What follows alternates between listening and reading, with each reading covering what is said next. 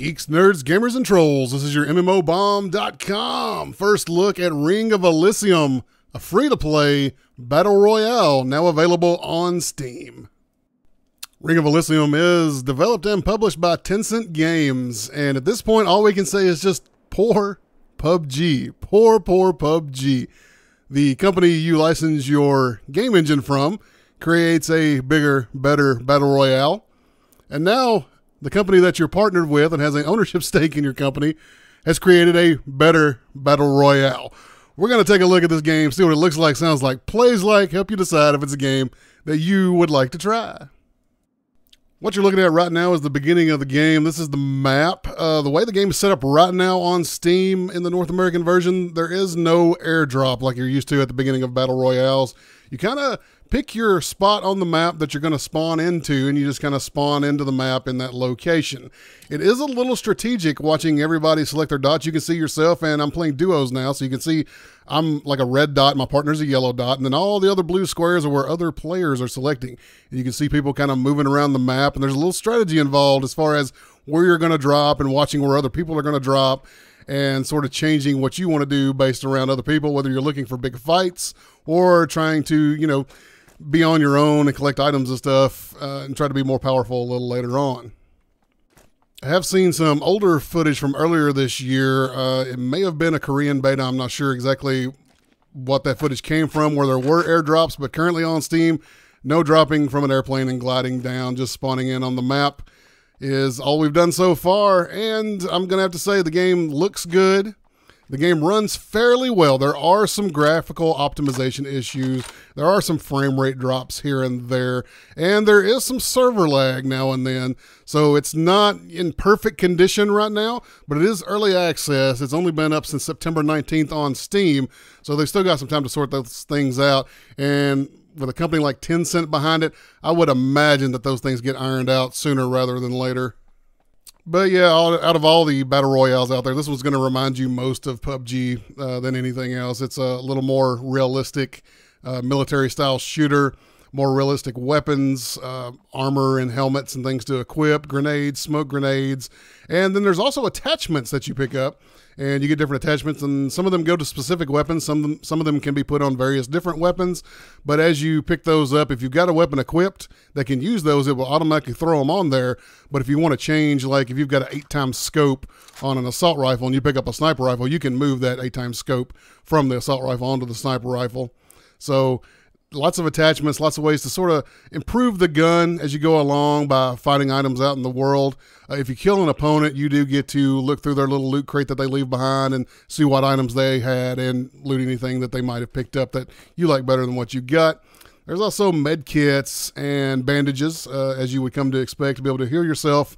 That is, if you're not getting one shot. There's plenty of low time to kill in this game. If you get caught in a bad position, you don't have great armor, or somebody has a really modded out weapon, you can die pretty quick. As you're going to see here, I actually take these folks out with this shotgun fairly quickly. A shot or two on each one does a ton of damage. Shotguns do a lot of damage, but of course they're only good up close. So, you know, if I'm in a long range firefight, I'm going to want to swap my weapon out here. And can I just say, thank God, no bunny hopping so far like Fortnite. It's not effective. The jump doesn't do enough to make bunny hopping an effective defensive strategy. And I know some people are okay with that. I get it. If you're a bunny hopper and you like that, that's fine. I hate it. I can't stand it. So no bunny hopping, at least not so far in the game. Hopefully they don't like buff jumping where there's a ton of bunny hopping. But there are vehicles in this game. You're going to see here, I'm going to be looking around. Once you get a feel for the game, you'll be able to tell a lot easier than I do here. This is one of my first few times in the game, which vehicles are drivable and which ones aren't. It becomes fairly obvious once you get used to seeing the drivable vehicles, but there's different snowmobiles that you can drive and Jeeps and all-terrain vehicles and stuff like that. So there are vehicles in this game. You and your partner can jump into those vehicles. You can drive. Your partner can hang out the window and shoot if you want to. Now, once again, as I do when I have the opportunity to do so, I mostly play duos in Ring of Elysium. There is a solo queue, there is a duo queue, and there's a squad queue, which is 4 people. You can bring in folks and form your own party, or you can get randomly matched with people. Either way you want to do it. Also, when you're in the game select, you can choose between third-person game and first-person game. So if you select first-person, nobody's going to have third-person view to be able to get that extra peek ability. Everybody's going to be in first-person with you, or if you select third-person, everybody's going to be in third-person with you. Other than occasional server lag, gunplay has felt really good. There's a little bit of bloom on bullets, but nothing ridiculous. An unmodded weapon with no attachments at all will have hella recoil, so just prepare yourself. But as you get attachments and mods for that weapon, that's going to calm that down a little bit. And the gunplay feels good. Each weapon feels different from each other, like an SMG and an assault rifle and a sniper rifle and the shotgun. They all feel very different, and they're all useful in different situations, as you would expect them to be. As we play through the game a little bit, show a little bit of footage, you're going to notice that it is very, very snowy outside, and there's a reason for that. When you're on the map selecting the place you're going to drop, you can choose between one of 3 starter kits, and they're going to change up kind of what the things that you start with. The first one is a glider, which gives you high mobility off of like cliffs and stuff to glide across the map, but you get lower overall inventory capacity. The middle version is a snowboard that lets you snowboard down hills. And I'm going to tell you right now, in first person, it's not that great, but in third person, snowboarding down hills is just stupid amounts of fun. It's you know, not the most responsive thing in the world, but you can jump up and do tricks, and you really get to zooming down hills, and it's a lot of fun, and you can get yourself out of a lot of sticky situations. If the walls are closing in, the zone is closing down on you, snowboarding down a hill can really save that butt every now and then. Then the third option you can choose is like a rock climbing hammer, and there's different spots on the maps where you can climb up rocks that other folks wouldn't necessarily be able to climb up unless they've chosen that kit. And that one has the highest inventory capacity. You can carry the most stuff with that one.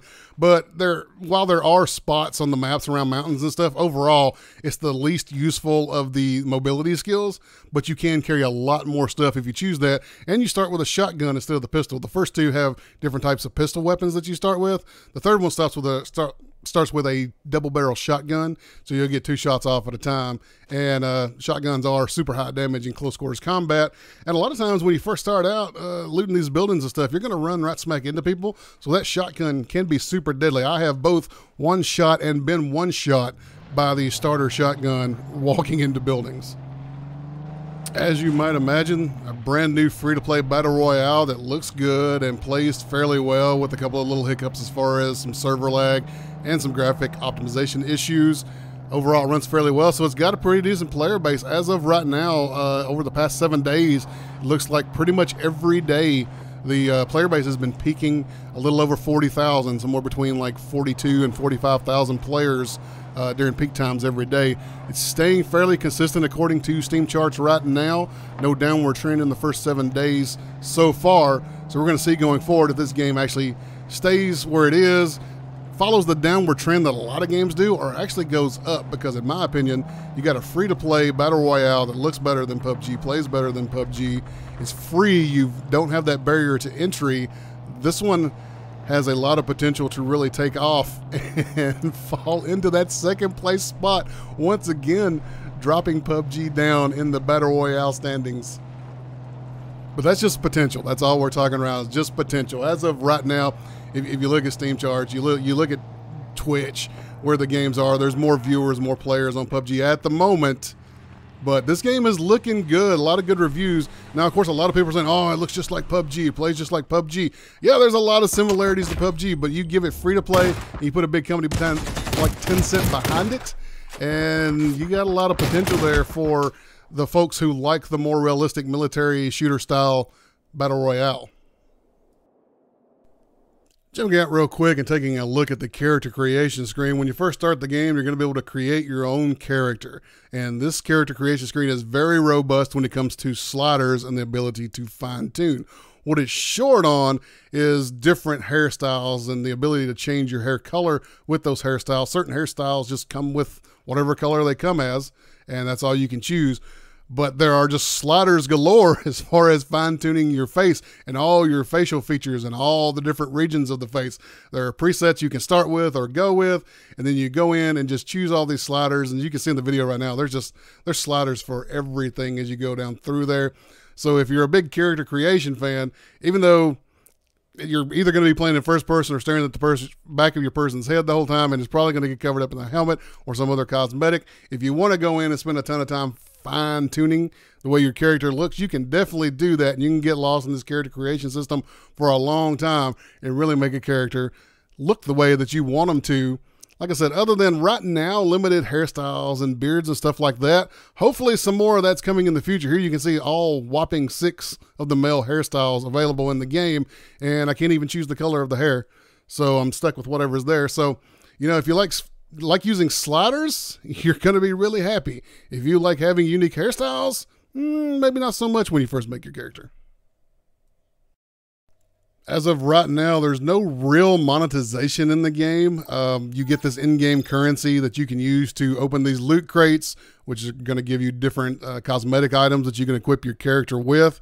They get a little more expensive every time. It looks like there's a limited number you can get like this per day. So like now you can see I've got 7 of 8 available, and the next one's going to be a little more expensive, and it randomly unlocks 1 cosmetic item.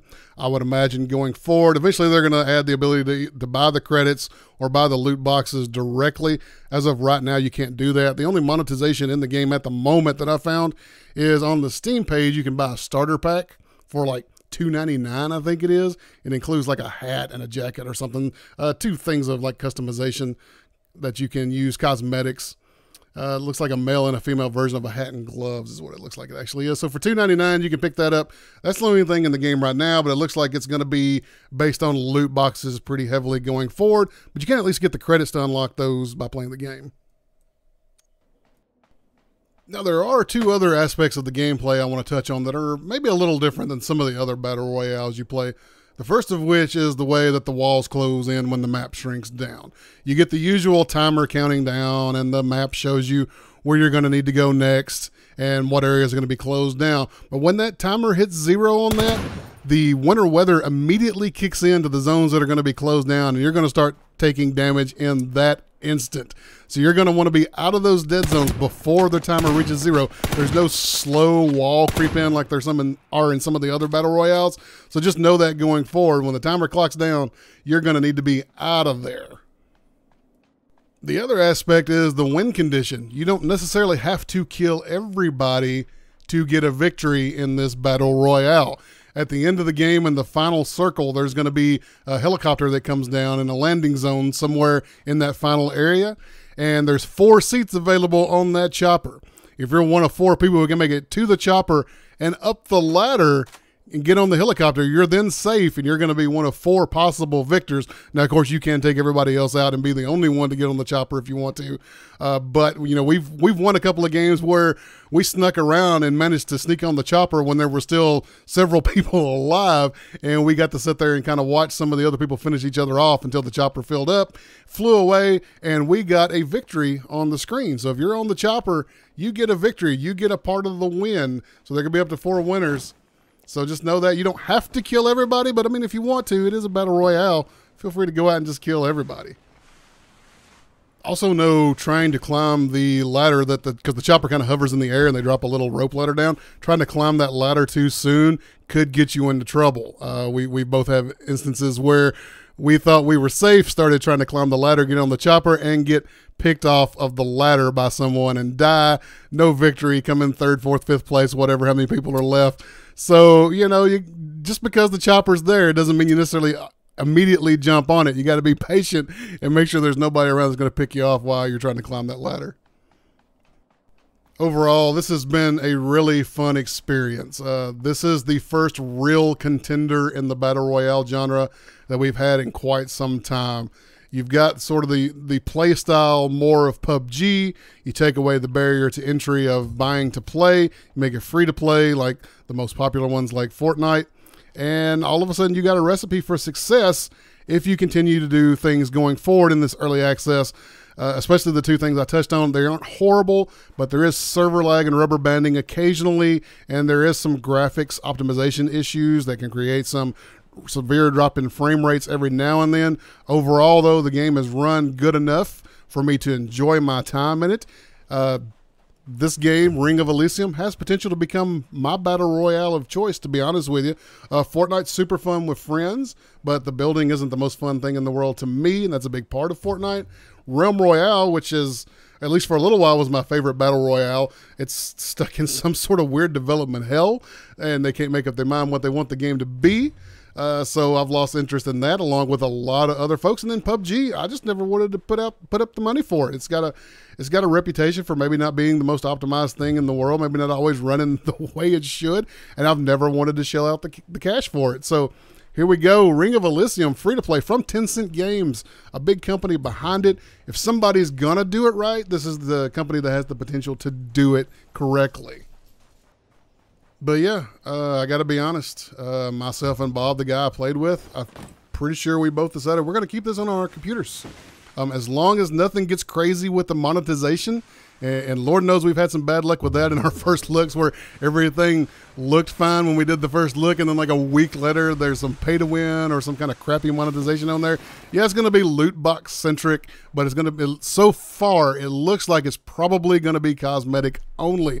If they'll stick with that, leave it free to play, and continue moving forward with improvements, and let the gameplay feel like it does now and be as much fun as it is now, this is probably going to become my battle royale of choice. This is going to be the one I keep on my computer and play most often at the moment. So there you go, Ring of Elysium, free to play on Steam, battle royale goodness. You can play solo, you can play duo, you can play squads of 4, you can play first person or third person. It's all up to you. It's a game I enjoy. I'm giving it a big, big thumbs up. Great game, enjoying it, every bit of it so far.